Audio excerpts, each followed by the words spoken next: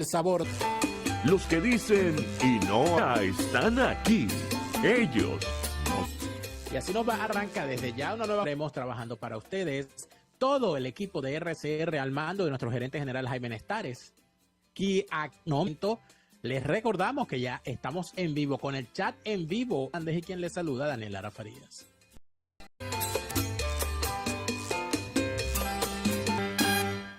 Estamos transmitiendo también a través de mi cuenta. Estamos mal.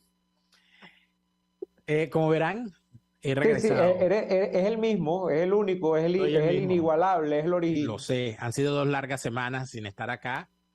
Han ido mejorando poco a poco y sé muy bien que mi primo es un gran luchador en las mejores manos. Y no me cansaré de agradecer el SAMUR de Madrid, a todo el equipo médico que los sigue atendiendo, y que de verdad son una comunidad organizada y que se defiende y que se apoyan entre ellos. Y muy especial a los que nos han hecho llegar el apoyo en todos estos días. Fíjate tú una cosa, Neymar, que lo leí ahora, ¿no?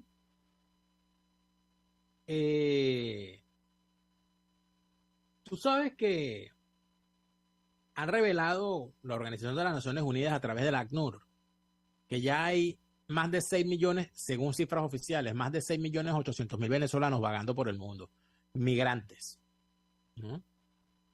Y yo sé que es una cifra que queda corta, porque en esa cifra no están incluidos los retornados, ni los hijos de los retornados, los venezolanos con doble nacionalidad, que no figuran en registro como migrantes, porque en realidad son hijos de italianos, hijos de colombianos, hijos de portugueses, hijos de españoles, hijos de chilenos, hijos de ecuatorianos, hijos de peruanos, en aquellas oleadas que se dieron a Venezuela en años anteriores, y que teniendo la doble nacionalidad en situación tan difícil, cuando les tocó migrar, se fueron al país de sus padres o de sus abuelos. Esos no están en las estadísticas. Esos no están en las estadísticas. Por lo tanto, la cifra, para mí, la cifra es superior a los 8 millones. Sin contar además a todos aquellos que se fueron a Venezuela y se hicieron venezolanos por nacionalización y no les quedó más remedio que regresar a su país en difíciles condiciones y situaciones. Y a mí me lo decía una persona en estos días que tocó esta cosa tan dura. Me decía, detrás de cada venezolano que le pasa algo, detrás de cada venezolano migrante que le pasa algo malo en el mundo, está la mano del maldito chavismo. Y mi hermano me lo decía de una manera: dame la cifra de venezolanos migrantes muertos antes que llegara el chavismo al poder. Dame la cifra de venezolanos muriéndose, yéndose caminando de Venezuela antes que llegara el chavismo al poder. Dame la cifra de venezolanos muriendo de inanición antes que el chavismo llegara al poder. Dame la cifra de venezolanos regados por el mundo antes de que el chavismo llegara al poder. Aquí no hay más nada que decir, aquí no hay más nada que inventar, aquí no hay más nada que procesar, aquí no hay más nada que analizar. El chavismo es una maldición. El chavismo es una maldición. Y dentro de esos 7 millones y pico de venezolanos que andan regados por el mundo, yo sé y estoy seguro, porque la estadística no miente, de que hay un porcentaje importante, no voy a decir que la mayoría, pero sí debe haber un porcentaje importante que en su momento votó por Chávez, o que son hijos de gente que votó por Chávez y por el chavismo. Y entonces uno analiza estas cosas, uno lo que piensa es, en efecto, el chavismo es una maldición, pero es una maldición que el propio, o sea, es como como dice nuestro amigo el chino Víctor Hugo, el Kraken, ¿no? En las tradiciones hebreas hay un nombre, ¿no?, para este monstruo que se crea para que haga el mal y al final se revierte contra su creador. Se me olvida siempre el nombre de ese. Bueno, es eso. Es eso. Es como un kraken. Es ese no es el nombre. Yo sé que Sí, algún él en realidad, esa figura mitológica, no solamente está presente en arrasa varias con el... culturas. Está presente en varias Claro, culturas. pero él no arrasa con el enemigo, sino que se vuelve indomable, se vuelve una fuerza en sí El misma. Gollum, Y Gollum, el Gollum, claro. Y o el Golem, entonces, o el Golem. Creo que es el Golem. Bueno, el Sí, Golem era en Golem. Pokémon. Golem era en Pokémon. Golem era el Pokémon, entonces es el Gollum. Puede O ser el Golem Golem. o Golem, pero el caso es que hay una Golem me dicen figura aquí. Es el Golem, es correcto. que es El creada para acabar, o sea, para ser más poderosa que los enemigos, para acabar con los enemigos, pero esa figura acaba con los enemigos y acaba con quien lo crea, o sea, Con el acaba con creador. todo el mundo, porque Sí. es una fuerza propia, pues. Eso ha ocurrido con el chavismo. Eso- Yo no había eso- pensado en eso, Daniel, de los hijos de migrantes, italianos, españoles, portugueses. Esa cifra tiene que ser, yo no te digo superior a 8 millones, debe ser cercana a los 9 millones de venezolanos. O sea, porque ¿cuántos? Si nada más en España hay 500.000 venezolanos, según esa cifra. Esos son venezolanos. ¿Tú vas a creer que la mayoría de los venezolanos que están en España son venezolanos? No, son hijos de españoles. La mayoría son la segunda generación yéndose y los propios españoles devolviéndose a su patria. Y están registrados en España. Cuando entran al tema migratorio, por supuesto que como españoles, no se van a registrar como Claro. venezolanos. Claro, Entonces, además de eso, estamos viendo otro fenómeno. Yo lo veía hace 2 semanas, arrancó el año escolar aquí en Alemania, ¿no?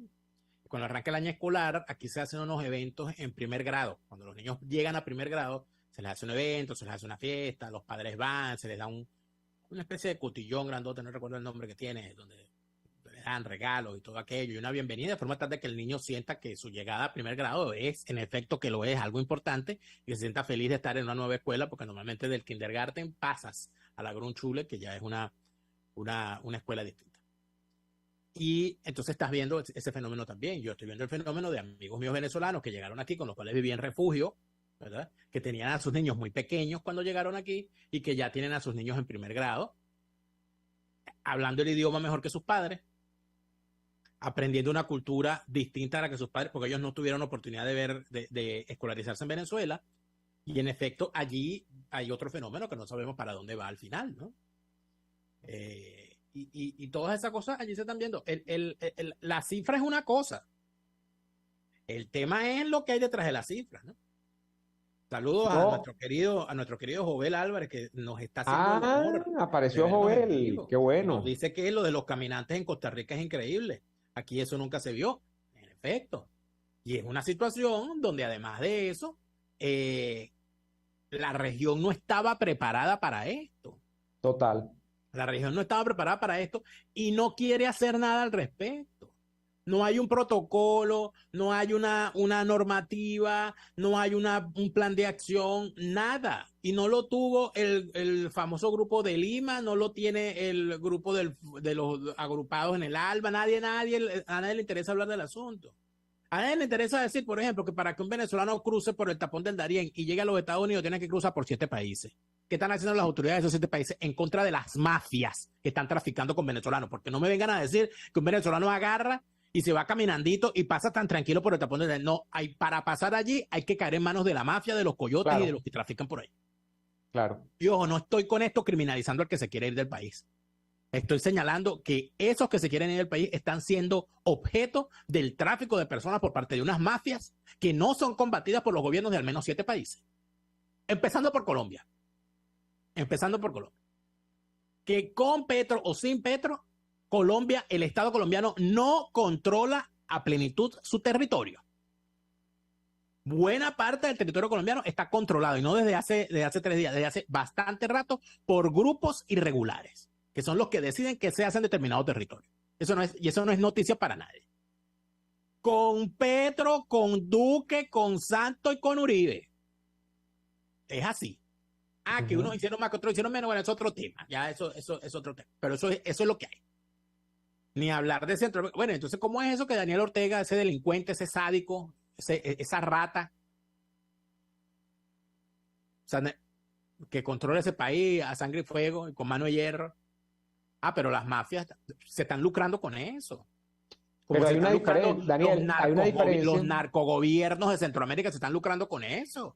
Hay una diferencia que tú decías, que es que Centroamérica, Colombia, que vivió muy de cerca la figura del desplazado por cuenta de los grupos del narcotráfico, tanto primero organizada en los carteles como luego en la guerrilla, que se quedaron monopolizando la actividad del narcotráfico en Colombia, tenían tradición de estas migraciones. Venezuela no. lo que tú decías es muy importante, porque caravanas de migrantes, eso que se dice ahora y que la izquierda, el Foro de Sao Paulo, el Grupo de Puebla, ay no, que mira, ¿cómo es posible? ¿Cómo los maltratan en la frontera de los Estados Unidos?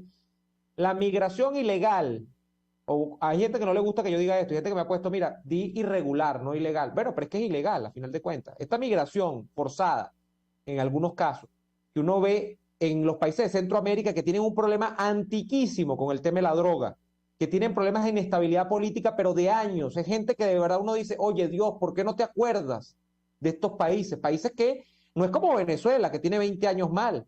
No, estos países tienen décadas mal, los países de Centroamérica. Bueno, esos países han proyectado flujos de migrantes hacia los Estados Unidos desde hace décadas, pero el caso, y Colombia también ha proyectado migrantes a los Estados Unidos, a Venezuela, se venían muchos colombianos porque eran desplazados por la guerrilla, pero el caso es que Venezuela no tenía esa tradición. Entonces, es increíble y es bueno tener ese referente porque ¿cómo tú pasas de tener 0 en un indicador, de que tú no estás en esos indicadores porque no es tu tradición, porque tu país no es ese, a pasar a 6.8 millones según la cifra más conservadora que es esta, la que da la ONU? Que para que la gente entienda el contexto, 6.8 millones, creo que 6.7, ha dejado la crisis de refugiados de Siria, donde hay una guerra civil, donde hay yo no digo ni civil, es una guerra internacional, desde hace décadas. 7 millones casi de refugiados, por ahí anda la cifra también, ha dejado el conflicto de la invasión rusa en Ucrania en este momento. O sea, estamos hablando de 2 países donde la gente se está matando.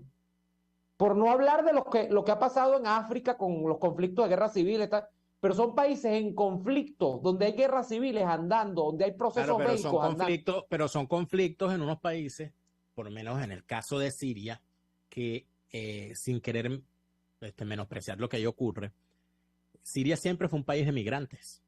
De hecho, ¿cuántos migrantes sirios no había en Hispanoamérica? Además de eso, Siria, por las mismas características de su población, que es una población diversa, multicultural, donde hay una población cristiana, una población musulmana, donde hay musulmanes chiitas, no musulmanes sunitas y distintos grupos, siempre tuvo esa tendencia. Inclusive Siria era un país hasta medio cosmopolita, ¿no? Al igual que el Líbano, a pesar de la desgraciada acción de Irán en contra del Líbano. Pero Beirut estaba catalogada como una de las ciudades más cosmopolitas de la región, a la par de Tel Aviv, y no es cualquier cosa. En el caso de Ucrania, después de la caída de la Unión Soviética, los ucranianos se afanaron en salir de Ucrania a formarse, ¿no? Y muchos de ellos tenían como referencia para a dónde ir a Alemania.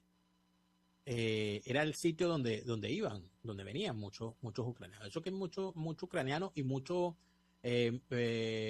nacional de ex República Soviética. He tenido varios profesores de esa nacionalidad. Kazajstán, Uzbekistán y tal. Entonces, eso de alguna manera, y en el caso de África, hay países cuya situación interna es de tal magnitud que sus olas migratorias son endémicas, no se detienen nunca. Siempre se están yendo. O sea, aprenden a caminar y se van. Eritrea, Etiopía, Somalia, Nigeria, Camerún. O sea, no me eche el cuento que viví con gente de todas esas nacionalidades en un refugio y me afané en conocer por qué se iban. Ni hablar de las minorías étnicas en países como Myanmar o la propia China o tantas otras cosas. Los kurdos, los chechenos en Rusia, los georgianos, etcétera. Entonces, nosotros estamos con eso. Cuando yo llegué a vivir en un refugio, yo me di cuenta de dónde estaba yo. O sea, yo dije, Venezuela forma parte de esto. O sea, si aquí yo estoy viviendo con gente que está en estas circunstancias, o sea, es porque Venezuela está dentro del club de los países que están desplazando a su población. Lo demás habla de tontería y como se diría en perfecto castizo varguense, paja para la paja. Vamos a ir al corte comercial y seguimos con este y otros temas a la vuelta de la pausa. Ya venimos con más de Y Así Nos Va. Usted escucha Y Así Nos Va con Daniel Lara y Neomar Hernández, solo por RCR 750 AM. Puedes seguirnos en nuestras redes sociales. En Twitter, @RCR750, la radio que se ve. Atuplata.com.be, la cuarentena no los detiene. Siguen haciendo envíos desde los Estados Unidos a Venezuela, sin complicaciones. Además de eso, buscan tu carga en Tampa, Orlando y Miami sin ningún costo adicional. Sí, no tienes que moverte. Van hasta la puerta de tu casa y se encargan de todo. Tuplata.com.be, con promoción de servicio de pick-up gratis. Hasta en la cuarentena, tuplata.com.be. En los envíos te da la tarifa más baja y en el menor tiempo. Desde los sectores populares del país se escucha una clara señal. Es el radar de los barrios. Evelyn Martínez y la red de ciudadanos le invitan a identificar amenazas, ubicar soluciones y hacer seguimiento eficiente a las problemáticas de cada sector. Un espacio contra la polarización donde se construye de abajo hacia arriba y de adentro hacia afuera. El radar de los barrios, de lunes a viernes, a partir de las 10 de la mañana, solo por RCR 750 AM. RCR 750 AM. Porque lo bueno une.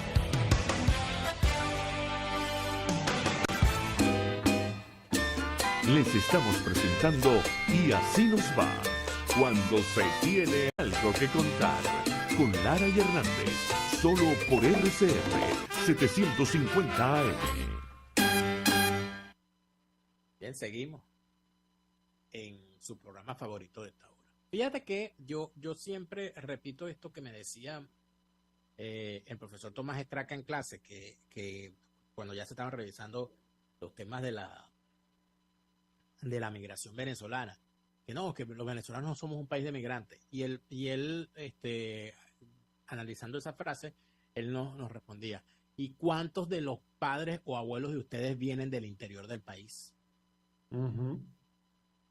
Pero y eso, en mi caso, cuando el profesor me hizo ver eso, todos mis abuelos, menos mi abuela, bueno, mi abuela paterna era de Vargas, pero de Carayaca, de un asentamiento campesino. Pero todos los demás eran, o sea, mi abuela materna nació en Río Caribe, mi bisabuelo materno nació en Margarita, mi abuelo paterno nació en Curimagua, en Falcón. O sea, por supuesto, Eso es la gente se así. desplazaba. Había un desplazamiento interno. Tus abuelos eran andinos. Andinos ambos. Tus abuelos maternos. Tus abuelos paternos eran españoles. O sea, Eran canarios, sí. Es una cosa donde tú te vas dando cuenta que hay hay una situación en el ADN venezolano de una migración interna. Lo que pasa es que nunca lo habíamos visto. Como Venezuela era tan grande, como tenía tanta oportunidad y como estaba, en efecto, siempre muy por debajo la población sobre el territorio, es decir, nunca llegamos a estar sobrepoblados. O sea, era una cosa normal buscar para determinadas profesiones, determinados oficios, vivir en qué sé yo, en Maracay y mudarse a Valencia, o conseguir oportunidades bueno, mi papá lo vivió en determinado momento. Mi papá se fue de Vargas a trabajar en Maracaibo, un periodo maravilloso que nos tocó, por cierto, de vinculación con el Zulia. Eso pasó mucho en una época, Daniel, con Sí. regiones de Venezuela que estaban como, o sea, en un país, yo lo recuerdo en los 90, que estaba como, como desarrollando el interior. Sobre todo, por ejemplo, yo recuerdo Maracay, Valencia y sí, podría ser que Maracaibo, pero yo ¿por qué lo recuerdo? Por historias de compañeros de colegio, de primaria, que de repente decían, bueno, no, yo el año que viene no lo voy a hacer el año escolar, yo voy a salir del colegio. ¿Y por qué?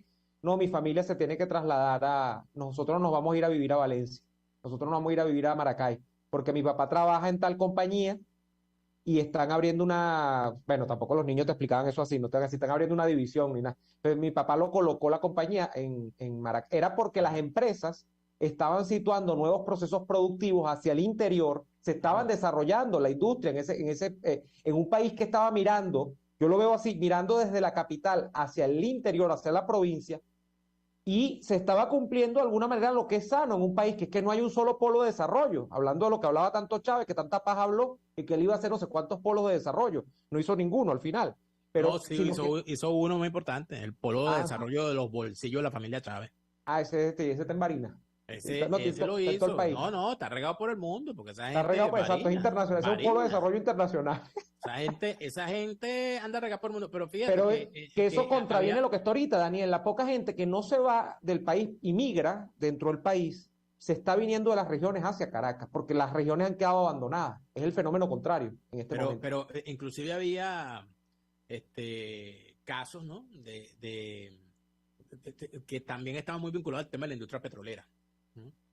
Y al tema de las industrias básicas. Los que estudiamos en Caracas, bueno, yo no era de Caracas, yo me fui a Caracas a estudiar en la universidad. Y yo estudiaba con gente que venía de todo el país. Yo estudiaba con muchos guariqueños, yo estudiaba con gente que venía del estado Bolívar, con gente que venía de los Andes, bien, de gente que venía de estados orientales, sobre todo porque yo en aquel momento, cuando empecé, voy a cumplir 20 años de egresado, por cierto, cuando yo empecé la Escuela de Estudios Internacionales, era la única escuela de estudios internacionales del país, no había abierto la Escuela de Estudios Internacionales de la Santa María. Y el que quería estudiar esa carrera tenía que venirse a Caracas, y era tradicional. Claro. O se dio muchísimo el caso de estudiantes, de gente del centro del país, de Caracas sobre todo, y de Vargas, que querían estudiar medicina y no obtenían cupo en la Universidad Central de Venezuela, pero sí lo obtenían en la Universidad de los Andes. Entonces se iban a estudiar para la Universidad de los Andes. Algunos se quedaban, algunos se regresaban, pero era una cosa tradicional. Los que querían estudiar todas estas carreras vinculadas al petróleo, bueno, no es lo mismo estar estudiando en Caracas una carrera vinculada al petróleo que estar estudiando en la Universidad de Oriente allá en Puerto La Cruz. Entonces, o en la Universidad del Zulia. Es decir, se dieron muchos fenómenos que eso lo facilitó. Pero además de eso, hay una realidad que tú lo veías inclusive en zonas del país. Por ejemplo, en Vargas había una comunidad de sucrenses, de carupaneros y de margariteños impresionante. Y que se reconocían como tal. Inclusive había ciertas zonas, ¿no? Sobre todo en La Guaira, en la parroquia de La Guaira.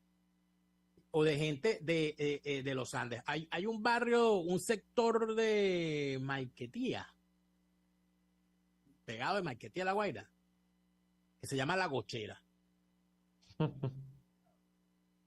La Gochera se llama. En el sector de Punta de Mulatos hay muchísimo carupanero, que carupanero por trancazo. Y mucho margariteño también. El margariteño, cuando buscaba tierra firme, bueno, buscaba también una zona costera, una cosa donde yo no lo veía. Recuerda luego cuando empezaron esos polos reales de desarrollo en lo que fue la zona de Maracay y Valles del Tuy. Cuando empezaron las industrias textileras, cuando empezaron toda aquella cosa, y cuando se pensó que en efecto Guarenas, Guatire y los Valles del Tuy podían ser unos sitios de nuevo desarrollo, porque efectivamente iban a estar los núcleos laborales en el sector de Maracay sobre todo, y que la gente podía dejar irse de Caracas a Guarenas, desconcentrar un poco Caracas, llamados por el empleo que se iba a generar en esos núcleos, y que la gente se iba a ir. Y por eso es que se fundaron y que se crearon urbanismos como Ciudad Casarapa, Nueva Casarapa, Exacto. Valle de Chara, y tantas otras cosas que se hicieron ahí por Charallave, por Ocumare, y por todas esas zonas, en Betania, etcétera, que lamentablemente, bueno, llegó el chavismo y las echó a perder, porque les acabó la vida. Dígame Ciudad Betania, Dios mío, una cosa, bueno, lo que ocurre, Ciudad Betania es una cosa que no se puede ni entrar, porque yo creo que la Virgen de Betania entra y caen a tiro. Hay una vez, ¿te acuerdas de ese suceso que hubo en el que mataron a toda una familia en una fiesta? ¿En Ciudad Betania? En Ciudad Betania una vez surge una discusión, uno mata al otro, después ese otro mata, eso fue una cosa, yo no recuerdo con claridad, sé que lo que recuerdo es que el saldo al final fueron como 7 muertos en una noche, porque quítame esta pajita, que no sé qué tal y tal, 7 muertos en Ciudad Betania. Bueno, yo supe de un caso que me contó un trabajador de la alcaldía, porque Ciudad Betania le habían declarado zona de paz. Zona de paz liberada, pues. Ujú. Zona de paz, tú no podías entrar a la policía. De paz, paz, paz. No podía entrar a la policía. Entonces resulta ser que habían asesinado a un sicario de 13 años de edad Imagínate tú. y se lo habían dejado descuartizado a la mamá en la puerta de la casa. No. Paso y gano, compadre. Y como era zona de paz, no había manera de que la policía entrara, de que la morgue entrara, de que nadie entrara a recoger ese estropicio. Dios mío.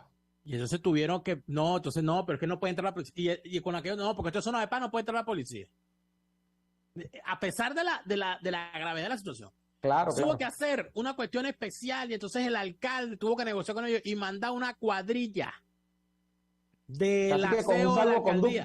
Salvoconducto para entrar. Casi, sí. Abandonó una cuadrilla de la alcaldía. ¿Quién fue para que inventó fueran- eso? Rodríguez Torres fue el que inventó las zonas de paz. Y el hijo de puta de Tarek El Aizami. Con su nombre y su apellido y su apodo. El hijo de puta de Tarek El Aizami, él fue.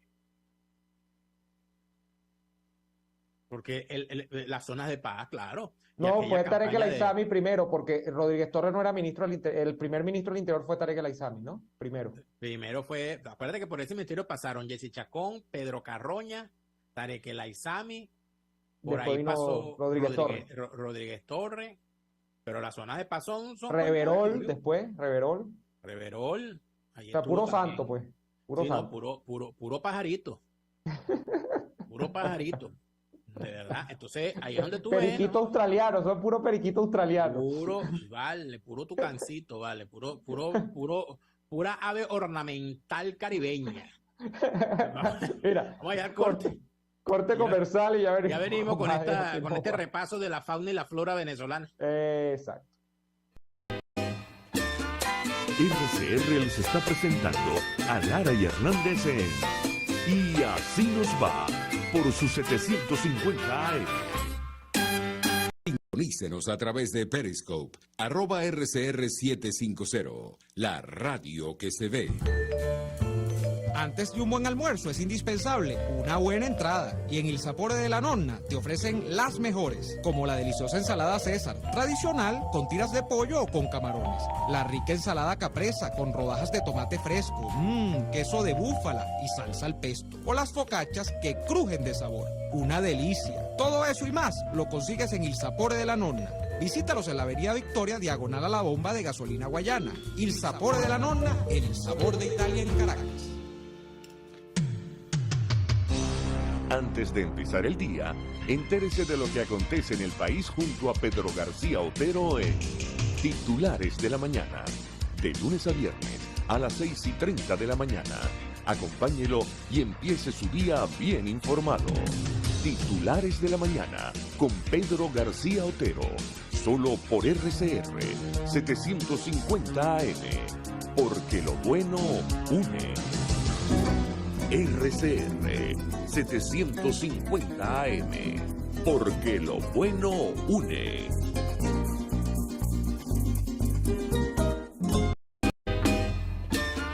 Estamos escuchando Y Así Nos Va con Lara y Hernández por RCR 750 AM. Aquí seguimos. Yo estoy lanzando todas las que me sé. En efecto, No, y me dice tiene me dos dice la semanas gente, acumuladas. Tiene 2 semanas mucha acumuladas. gente que tiene mejor memoria que nosotros nos dice que el inventor, el arquitecto de las zonas de paz fue ese otro pajarito sabanero, esa ave ornamental, ese pececito de colores, que es José Vicente Rangel Ábalos, alias Papi Papi. Yo creo que ese es uno de los mejores apodos que se ha puesto en la historia política de Venezuela, Papi Papi. Cuando yo ¿Quién me lo habrá enteré de eso, inventado? ¿Quién lo habrá yo inventado? no sé, pero yo recuerdo cuando a mí mi amigo Julio Ramón Pérez me dijo, ¿tú sabías que al hijo de José Vicente le decían Papi Papi? ¿Por qué? Porque cuando le pasa cualquier cosa lo que hace se llama Papi Papi Papi. Y entonces se quedó Papi Papi. Eso lo debe haber inventado o Rafael Poleo o Ramos Alú o quién Nolia. podría ser, porque Nolia. o Nolia. Nolia, Alberto Nolia, que con estos días me preguntaron ¿qué será de la vida? No sé, la verdad no lo sé. Bueno, ¿Qué pero será en la todo vida de caso, Alberto? en todo caso, el asunto está en que me dicen que, claro, él fue el viceministro, pero yo creo que el ministro era Tarek El Aissami en ese momento, y él era viceministro de Seguridad Ciudadana. Entonces crean... Colecua. ¿Tú te acuerdas la misión desarme? Entonces, la misión desarme, tú llevabas una computadora. No, ¿cómo era la vaina? Llevabas un hierro y por un hierro te daban una canaima para que jugara solitario. Entonces, tú con la canaima salías adelante en la vida, pues porque aprendías, por ejemplo, te ponías en YouTube a ver tutoriales, aprendías a reparar celulares, aprendías, no sé, hacías un curso de locución, te metías a locutor. El único que tuvo éxito con una ley de desarme en Venezuela, que la aplicaba de verdad, era el tío Simón. Sí, ¿no? Porque el tío Simón, en su programa Contesta por Tío Simón, tenía una sección que se llamaba Muchacho, dame esa china. Porque él estaba promoviendo que dejaran de matar pajaritos con la China, porque el tío Simón tenía el tema de conservacionista antes de que estuviera todo este poco de ridículo por allí y que animalista por el panorama. Ya el tío Simón había sacado una canción llamando a la protección de la lapa.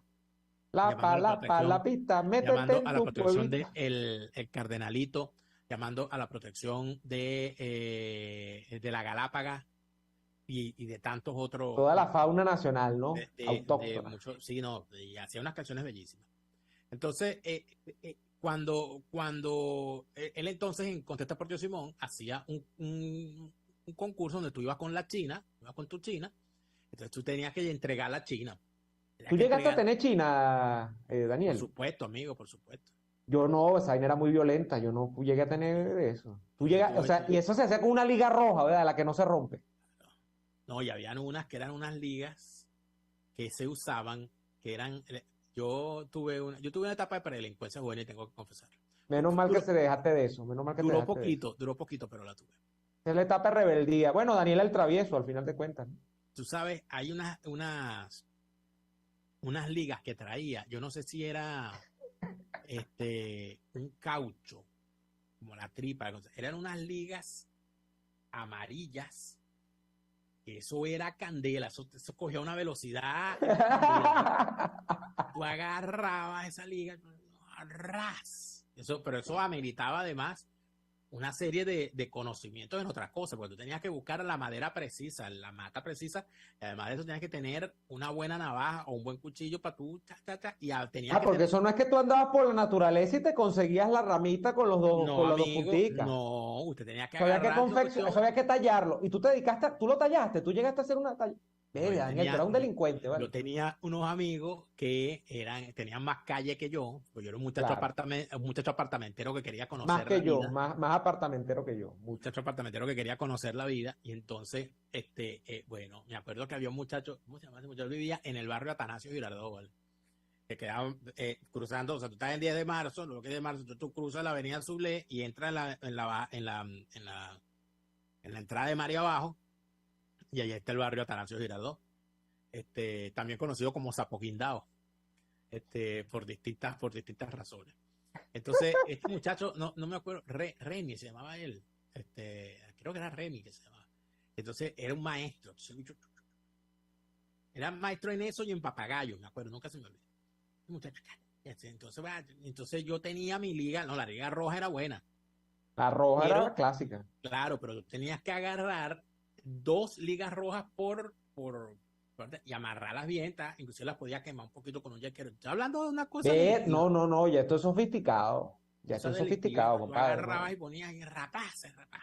¿Cuándo se me acabó la mamadera de gallo? Bueno, una vez que me dio un trancazo bellísimo. Se me encasquilló la china, me dio un rolo de trancazo horrible. Una china se puede encasquillar, o sea, se puede pegar. Me enredé con la china y me di ese rolo de coñazo en la mano, pana. O sea, olvídate. Y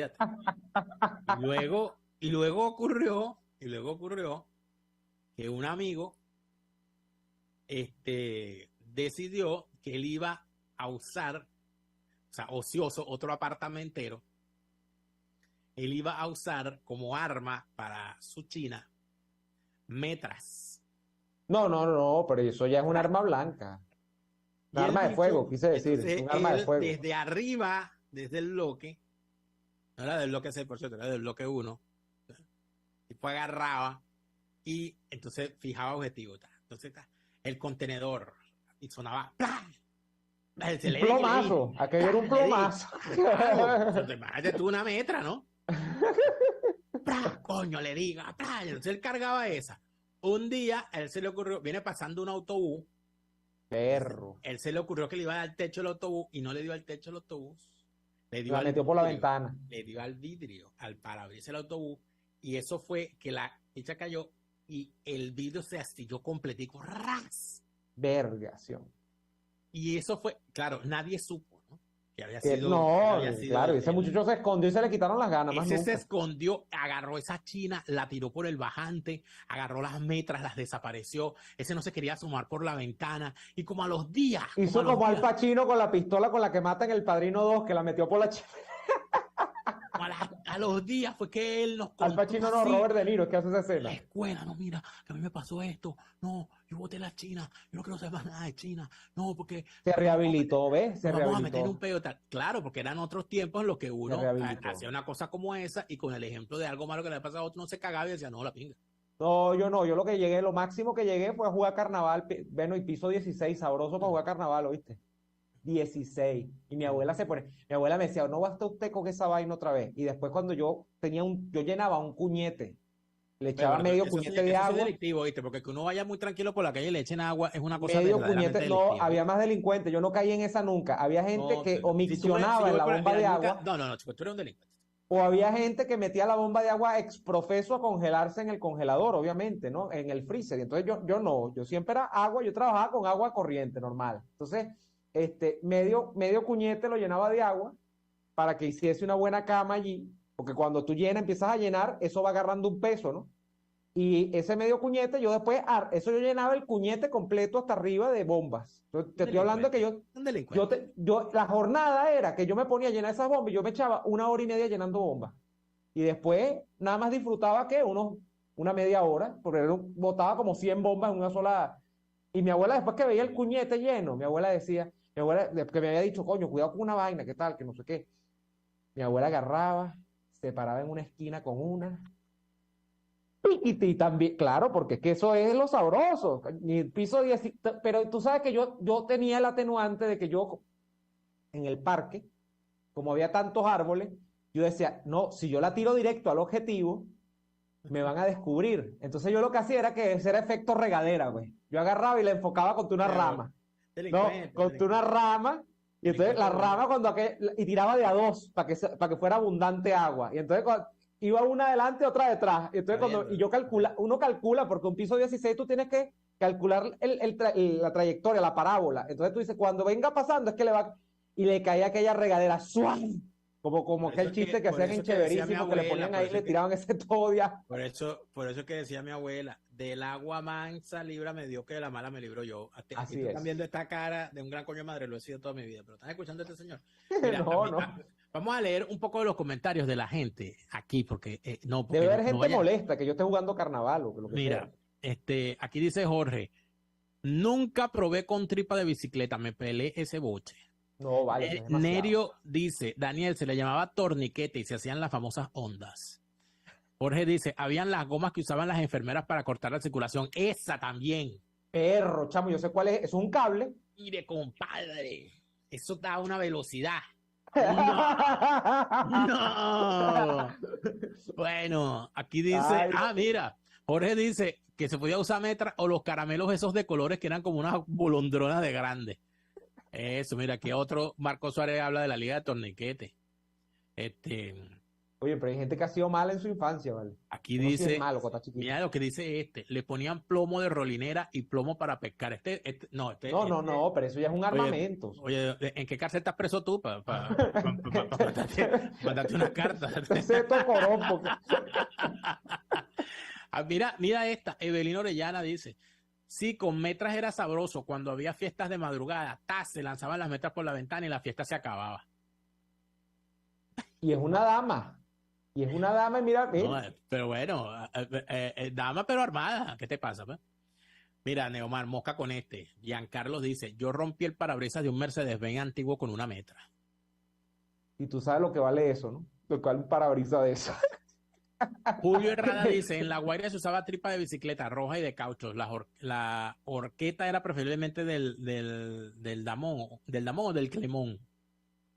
La horqueta es el palito, ¿no? La cuestión. Claro, yo le hice con Porque clemón. eso tiene que tener una madera que aguantara la presión, ¿verdad? Porque si no Claro, se ¿no? revienta. Y que la pudiera sacudir, ¿cómo se llama? Hacer y quedara. Que agarrara torsión porque si no se quiebra. O sea, tiene que ser que tenga flexibilidad. Oye, de verdad. Esas ligas de torniquete también se usaban en carnaval. Se llenaban a presión con agua y salía el chorro lejos. Imagínate tú, ¿no? Esta gente. No, esto es gente. No, vale, No, yo pero te digo, bomba ¿qué le pasa a esta congelada. gente, Y entonces vale? la bomba congelada es terrible porque la bomba congelada es como un proyectil, chamo. Esa vaina es horrible. Mírame este. Darwin dice, nosotros fundíamos el plomo de las baterías. Luego que estaba líquido, lo echábamos en la rama de la mata de lechosa y al secarse la picábamos con un alicate para la china. No, esto ya es unos niveles impresionantes. Mira, el programa de hoy es para que la gente reflexione sobre todas las maldades que hizo en su niñez, en su pubertad, en su adolescencia, porque de verdad que uno sí hace maldades cuando está muchacho. Y yo, es más, estas se pueden contar, Daniel. Yo una vez me puse a hablar con mi papá de estas cosas, no sé por qué cayó el tema. Las maldades que se hacían antes eran peores. O sea, los muchachos No inventan. te excuses, no te excuses. Los muchachos inventan. Estos son Yo me tonterías. acuerdo que una vez en carnaval yo salí de mi casa con mi papá temprano a la playa, con mi papá y mi prima. Fuimos para Playa Lido, que era la playa favorita de mi papá, porque allí trabajaba, era una playa cerrada de todo aquello, y allí trabajaba nuestro primo de salvavidas. Y cuando vamos saliendo nos lanzaron un huevo. Y nos dio tiempo de ver para arriba y ver quién lo lanzó. Mi papá dijo, ya vi quién fue. Y nos fuimos. Nada más nos salpicó, no fui. Cuando regresamos y nos bajamos en el pasillo 8, estaba el muchachito que había lanzado, que era un delincuente juvenil y fue un delincuente el resto de su vida. Un irrecuperable. Un irrecuperable. Y mi papá lo vio y fue para donde estaba y le dijo, esta mañana me lanzaste un huevo. ¡Pras! Y le dio aquel cachetón. Un carajito, ¡puf! Vergación. Y se fue por una esquina a llorar. ¿Tú crees que alguien dijo algo? ¿Tú crees que la mamá fue a decir algo? ¿Tú crees que existía que si bullying, que si no sé Y qué? Nada. yo le dije, papá, y si le dice a su mamá que venga para cachetearla también. A los Joaquín Lara. No, esas son la de. Eso es un joaquinazo. Así es un fue. joaquinazo. Así fue. Vamos al corte y ya venimos con la parte final de Yacinova. Escuchamos Y así nos va con Lara y Hernández, porque la realidad no se tapa con un dedo, solo por RCR 750 AM. Puedes seguirnos en nuestras redes sociales. En Twitter, @RCR750, la radio que se ve. Atuplata.com.be, la cuarentena no los detiene. Siguen haciendo envíos desde los Estados Unidos a Venezuela, sin complicaciones. Además de eso, buscan tu carga en Tampa, Orlando y Miami sin ningún costo adicional. Sí, no tienes que moverte. Van hasta la puerta de tu casa y se encargan de todo. Tuplata.com.be, con promoción de servicio de pick-up gratis. Hasta en la cuarentena, tuplata.com.be. En los envíos te da la tarifa más baja y en el menor tiempo. Antojos de pizza, pasta o risotto durante la cuarentena. Lo resolvemos. En Il Sapore de la Nonna tienen delivery a varias zonas de Caracas. Así es, Il Sapore de la Nonna te lleva lo mejor de la comida italiana hasta la puerta de tu casa. Haz tu pedido por el 0212-634-0982 o por el 412-569-9404 y disfruta de todo su sabor. Il Sapore de la Nonna en cuarentena sigue siendo el sabor de Italia en Caracas. RCR 750 AM. Porque lo bueno une.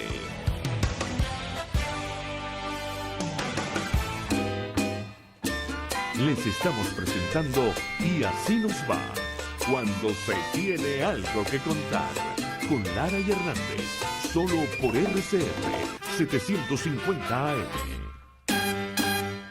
Me pregunta Dilia Aular si mi primo salvavidas se llamaba Isaac. Por supuesto, Isaac, histórico salvavidas de Playa Lido, uno de los salvavidas más conocidos de Vargas, junto a Quintín Longa. Era salvavidas de las playas de Macuto, muy conocido también. Eso ya no existe, los salvavidas en las playas ahí, no, eso no existe. Bueno, creo que... Pero tu ¿no? primo era salvavidas así como uno veía Baywatch, o sea, él tenía una torre y se sentaba en la vaina Y un Verga. pito, hermano, un pito, y a la hora empezaba a tocar el pito, o el que veía que pasándose de la boya, le tocaba dos veces el pito, y si no, él se lanzaba, y lo sacaba por un brazo. Y te estoy hablando de un tipo que era como George Atlas. Carajo. Que decirle que no, tocaba el pito y te hacía señas. Claro, Imagínate tú, y güey. nadaba, cosa impresionante, ¿no? Y aquella piel, mi tía Ana decía, oye, Isaac parece un sartén curado, ¿vale? Parejito, parejito. Era Parejito. impresionante. Y era aquel tipo que se veía que... Mi papá siempre me cuenta que cuando él estaba muchacho y vivían en el barrio de Vicini y le tocaba cargar agua, él agarraba y se ponía se montaba un palo de escoba aquí, una viga era la cosa, una cabilla, ¿está? Ajá. Y se guindaba dos tobos de cada extremo y se iba con esos dos tobos. Imagínate tú, ¿no? Tipo, ¿no? Para cargar agua. O sea, estamos hablando de Otra cuando época. estamos hablando de la época en la que la gente sacaba cuerpo trabajando y no yendo al gimnasio. No, exacto, y no había esteroides de paso. Entonces todo era Lo que natural. lo que había era gofio, Y avena, saco de cemento, y cargando saco de cemento. saco de cemento y cargar agua, bombona, Eso. cargar bloque en una construcción. Así se puso papeado en una época Bururú. Bururú era papeado en una época así. Punta de carga.